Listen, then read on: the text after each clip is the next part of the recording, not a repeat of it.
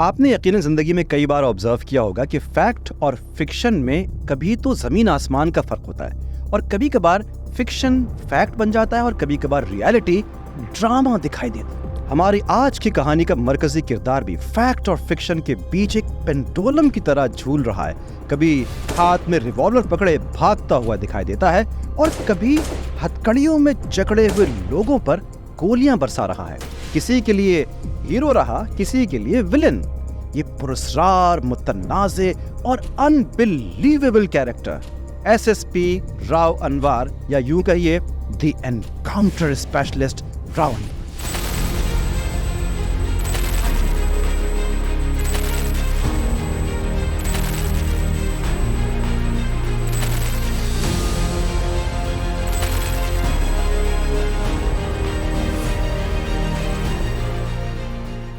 ہماری کہانی کے اس کردار کے کھاتے میں 444 قتل اور کچھ سورسز کہتے ہیں کہ 540 مبینہ قتل ہیں، جو کہ انہوں نے بہت صفائی کے ساتھ انکاؤنٹرز کے نام پر کیے۔ اس کے جو 1000 یا 1500 مقابلے جو 450 لوگ مرے ہیں اس میں، وہ تقریباً سارے کے سارے ہی اسی طرح کے مقابلے تھے۔ تو راؤ انوار کے جو قریبی ساتھی تھے یا جو قریبی کرائم رپورٹر تھے، وہ راؤ انوار ان کو ساتھ لے کے جاتا تھا۔ کیا یہ کوئی پلان مقابلہ ہو رہا ہوتا تھا یا کوئی یہ ڈرامہ کیا جا رہا ہوتا تھا کہ اس کو پہلے گرفتار کیا گیا تھا اور اس کو مار دیا گیا تھا؟ ایس ایس پی راؤ انوار کے حوالے سے ایک ریمارک بڑا ہی مشہور ہے، اچھا ہے یا برا چھوڑتے ہیں ہم آپ کے اوپر۔ جس زمانے میں راؤ انوار پہ ہر طرف سے تنقید ہو رہی تھی، اس زمانے میں صدر آصف علی زرداری نے انہیں بہادر بچے کا لقب دیا تھا۔ زرداری صاحب کا وہ جملہ بڑا مشہور ہے اس کے بارے میں کہ یہ تو ہمارا دلیر بچہ ہے۔ جو کرائم رپورٹر ہیں ہمارے، وہ یہ کہتے ہیں کہ اس کی ٹیم کا چھوٹے سے چھوٹا سپاہی بھی کروڑ پتی ہے۔ مطلب میں، آپ یا کوئی اور کروڑ پتی، ارب پتی کیوں نہیں ہو جاتا؟ کوئی نہ کوئی تو ڈرٹی ورک ہے نا۔ کراچی پولیس کے جن افسران نے دیو مالائی طور پہ شہرت یا رسوائی حاصل کی، ان میں راؤ انوار کا نام ایک چمکتے ہوئے ستارے کی طرح نمایاں ہے۔ راؤ انوار کے کریئر کا سفر انسانی خون سے رنگین اور خوف و دہشت سے سنگین ہے۔ یہ ایک پولیس آفیسر کی کمپیٹنس یا بریوری کی کہانی ہے، یا پھر یہ پاور سینٹرز کے یور موسٹ اوبیڈینٹ سرونٹ کی مسٹیریس داستان ہے؟ یہ فیصلہ ہم آپ پر چھوڑتے ہیں۔ ایس پی ہاربر کی ماتحتی میں 1 سال تک بطور کلرک کام کیا اور اس کے بعد 1982 میں ڈیڈ کی سفارش پر ASI بنا دیے گئے۔ راؤ انوار جب ASI تھا تو پولیس کا ایک خصوصی دستہ موری سے وجود میں آیا تھا، جسے ایگل اسکواڈ کہا جاتا تھا۔ ایگل اسکواڈ میں راؤ انوار اور سید بہادر علی، یہ دونوں نامور پولیس افسر جو تھے، وہ شہر کے جرائم پیشہ عناصر کے لیے یوں کہہ لیجئے کہ پوری اور دوا کی حیثیت رکھتے تھے۔ 1992 اور 1999 تک وہ بحیثیت انسپیکٹر اور SHO MQM کے خلاف کئی آپریشنز میں بہت اہم کردار ادا کرتے رہے۔ راؤ انوار کا کردار سارا مقابلوں کا رہا ہے۔ ہم یہ دیکھ رہے ہوتے تھے کہ لڑکوں کو محلوں سے اور علاقوں سے جو اردو اسپیکنگ ایریاز تھے اٹھا کے لے جایا جاتا تھا، اور اس کے بعد یا تو کہیں ان کی لاش مل جاتی تھی یا وہ لاپتہ کر دیے جاتے تھے، ان کا پتہ ہی نہیں ہوتا تھا کہ کہاں ہیں۔ چودھری شجاعت کا یہ اسٹیٹمنٹ باقاعدہ موجود ہے کہ ہم نے مارگلا ہلز اسلام آباد، وہاں کراچی کے لڑکوں کی لاشیں دفنائی ہیں۔ ان آپریشنز میں MQM کے کئی ممبر، کئی کارکنان یا تو گرفتار ہوئے یا ہلاک کر دیے گئے۔ ایک ریاستی آپریشن تھا اور MQM کے خلاف۔ اس قسم کی جو اسٹیٹ پالیسیاں ہوتی ہیں اس کا نوٹیفیکیشن تو کہیں بھی نہیں ہوتا ہے۔ تو 92 کا آپریشن اور اس کے بعد پھر 94 کا آپریشن، ایسا محسوس ہوتا ہے کہ یہ اسٹیٹ پالیسی۔ فہیم کمانڈو اور فاروق دادا یوں کہہ لیجئے کہ کراچی کے لیے ایک خوف کی علامت بن چکے تھے۔ بے نظیر سے اس وقت کے وزیر داخلہ نصیر اللہ بابر نے یہ اجازت لے لی تھی کہ اب ان کو کنٹرول کرنے کے لیے وہی طریقہ اپنانا پڑے گا جو یہ لوگ کرتے ہیں، یعنی جیسے کو تیسا۔ تو ان کی بھی سپاری ہمارے راؤ انوار ہی کو ملی۔ فاروق دادا کے لیے یہ کہانی گڑھی گئی کہ یہ شیراڈ میں کچھ لوگوں کو ساتھ لے کے ایئرپورٹ پہ حملہ کرنے جا رہے تھے، تو اس دوران پولیس مقابلہ ہوا اور اس میں وہ مارے گئے۔ حالانکہ حقیقت ایسی نہیں تھی کہ اس کو بھی گرفتار کیا گیا تھا۔ یہ کہیں فلیٹ میں رہتا تھا، غالباً گارڈن میں، تو گارڈن میں اس کے فلیٹ پہ چھاپا مارا گیا اور وہاں سے اس کو گرفتار کر کے لے کے گئے اور بعد میں اس کو بھی ٹھکانے لگا دیا گیا۔ یہاں پر ایک اور بات حیرت اور مسٹری سے خالی نہیں۔ 21 سپٹمبر 1996 کو جب پولیس کی فائرنگ سے زخمی ہو کر میر مرتضی بھٹو 55 منٹ کی تاخیر کے بعد اسپتال پہنچے تو اس وقت ان کے ڈیتھ بیڈ کے پاس جو پولیس اہلکار موجود تھے ان میں زرداری صاحب کا بہادر بچہ بھی موجود تھا۔ ایک اور مسٹیریس بات، 2002 میں MQM مشرف دور میں پاور میں آئی تو راؤ انوار غیب میں چلے گئے۔ پیپلز پارٹی کی حکومت جب ختم ہوئی تو راؤ انوار جو تھے اسٹیبلشمنٹ کے جو لوگ ہیں ان کی بھی اچھی کتاب میں تھے۔ انہوں نے اس کا تبادلہ شہر بدر کر دیا، کراچی سے باہر کر دیا، کراچی سے باہر وہ کوئٹہ ان کا تبادلہ ہو گیا اور پھر ان کی ترقی ہو گئی اور وہ DSP ہو گئے، پھر وہ SP ہو گئے۔ اور اس کے بعد 2008 میں جب پیپلز پارٹی حکومت آئی تو راؤ انوار پھر نمودار ہو گئے، انہیں ترقی دی گئی اور DSP کی ماڑی لگایا گیا۔ کچھ ہی عرصے میں SP گڈاپ لگا دی گئی۔ یہ دونوں ترقیاں بہت تیز ہوئی ہیں۔ تو راؤ انوار کے اوپر 1500 پولیس مقابلے اور تقریباً 450 لوگوں کے ماورائے عدالت قتل کا الزام ہے۔ تو اس کا جو ترقی ہے وہ بھی ظاہر نظر انداز نہیں کی جا سکتی کہ اس اسپیڈ سے اس نے ترقی کی ہے۔ سورسز کے مطابق راؤ انوار اس وقت کے صدر آصف علی زرداری کے بہت ہی قریب تھے اور شاید اسی لیے 2011 میں انہوں نے ترقی کا ایک اور زینہ چڑھا اور SSP ملیر ڈسٹرکٹ تعینات کر دیے گئے۔ پھر پیپلز پارٹی کی حکومت آ گئی تھی تو پھر وہ سب سے ترم خان ضلع کے SP ہوئے، SP ملیر، اور SP ملیر کی حیثیت سے راؤ انوار نے بہت سارے ایسے کام بھی کیے جن کی وجہ سے انہیں تنقید کا نشانہ بننا پڑا اور ان پر کئی سوالیہ نشان اٹھائے گئے۔ 2013 میں عباس ٹاؤن میں ہوئے جان لیوا بم دھماکے جس کے بعد سپریم کورٹ نے راؤ انوار کو معطل کر دیا، لیکن یہ معطلی بہت زیادہ عرصے نہ چلی اور صدر آصف علی زرداری نے ان کو اسی سال بحال بھی کروا دیا۔ یہ سب کچھ کیوں ہوا کچھ نہیں معلوم، معطلیاں چلتی رہیں اور راؤ انوار آگے بڑھتا رہا۔ 2015 آ گیا اور 2015 میں راؤ انوار کو سپریم کورٹ نے اپنی اتھارٹی کے مس یوز کرنے پر ایک مرتبہ پھر معطل کر دیا۔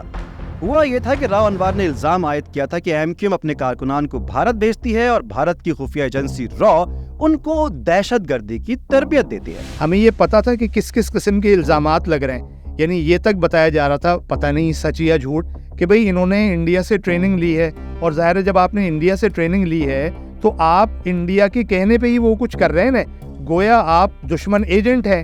تو دشمن ایجنٹ کے ساتھ کیا کیا جاتا ہے وہی فاروق دادا کے ساتھ کیا جائے گا یا وہی کسی اور کے ساتھ کیا جائے گا۔ تو راؤ انوار کو تو استعمال کیا گیا ہے، استعمال کرنے والے کوئی اور تھے، استعمال کرنے والے ظاہر وہی تھے جن کا خیال پختہ تھا کہ بھئی یہ اب انڈین ایجنٹ ہے یا دشمن کے ایجنٹ ہے تو ان کے ساتھ وہی ہونا چاہیے جو ایک ایجنٹ کے ساتھ ہوا ہے۔ اس پریس کانفرنس سے پہلے راؤ انوار نے MQM کے کارکن طاہر لمبا کو دہشت گردی کے الزام میں گرفتار کر لیا تھا، لیکن طاہر لمبا ثبوت نہ ہونے کی بنا پہ عدالت سے بری ہو گیا۔ راؤ انوار کی خودسری اور کسی کے لیے اس کی اوبیڈینس کا گراف ہر روز بڑھ رہا تھا۔ راؤ آؤٹ آف کنٹرول ہو رہا تھا۔ ستمبر 2016 میں MPA اور MQM کے رہنما خواجہ اظہار کے گھر پر چھاپا مارنے اور سندھ اسمبلی کے اسپیکر کی اجازت کے بغیر انہیں کسٹڈی میں رکھنے پر راؤ انوار کو ایک مرتبہ پھر معطل کر دیا گیا۔ کے متعلق کافی انٹیلیجنس ایسی معلومات ہیں۔ کراچی میں پچھلے دنوں بسوں کو آگ لگائی گئی، اس کے علاوہ کراچی نیو کراچی میں کافی ٹارگٹ کلنگ ہوئی اور تمام ٹارگٹ کلروں کا ان کو چیف بھی کہا جاتا ہے۔ آپ کو ایک آزاد انویسٹیگیشن کروانی پڑے گی کہ کیا حقیقت میں ایسا تھا یا نہیں تھا۔ میں کہہ دوں کہ نہیں تھا تو اس کی کوئی اہمیت نہیں ہے، میں کہہ دوں کہ تھا تو اس کی بھی کوئی اہمیت نہیں ہے۔ ظاہر ہے ان کے پاس کچھ نہ کچھ انفارمیشن تو ہوگی جس کی بنیاد پہ یہ انہوں نے یہ سب کچھ قرار دیا یا یہ الزام لگایا، لیکن وہ ایک انفارمیشن ہی ہے۔ وہ جب آپ کسی کورٹ آف لاء میں رکھیں گے، جب آپ اس کو ثابت کریں گے تب وہ حقیقت بنے گی۔ لیکن کچھ ہی عرصے بعد راؤ انوار نے اس کے خلاف اپیل دائر کی سندھ ہائی کورٹ میں اور اپنے آپ کو پھر SSP ملیر کی پوزیشن پر بحال کروا لیا۔